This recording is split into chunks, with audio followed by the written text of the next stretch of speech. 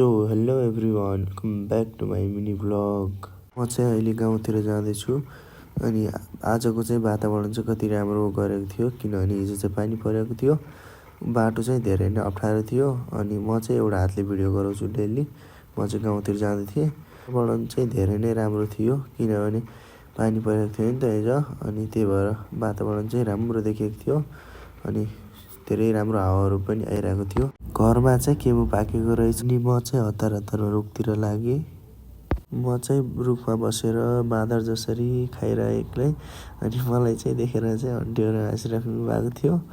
बाँदर जसरी रुखमा बसेर केमु खाइरहेको थियो नि त, कति मिठो भएको हो, जति खायो त्यति खानु मन लाग्ने।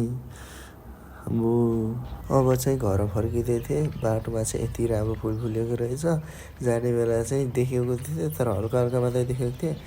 वर आएर हेरेको त कति राम्रो। यो फुललाई चाहिँ भाइरल फुल भनेर चिन्छौँ हामी चाहिँ। सो आजलाई ब्लग चाहिँ यति। अब हामी नेक्स्ट ब्लगमा भेटौँला। ल त गाइस।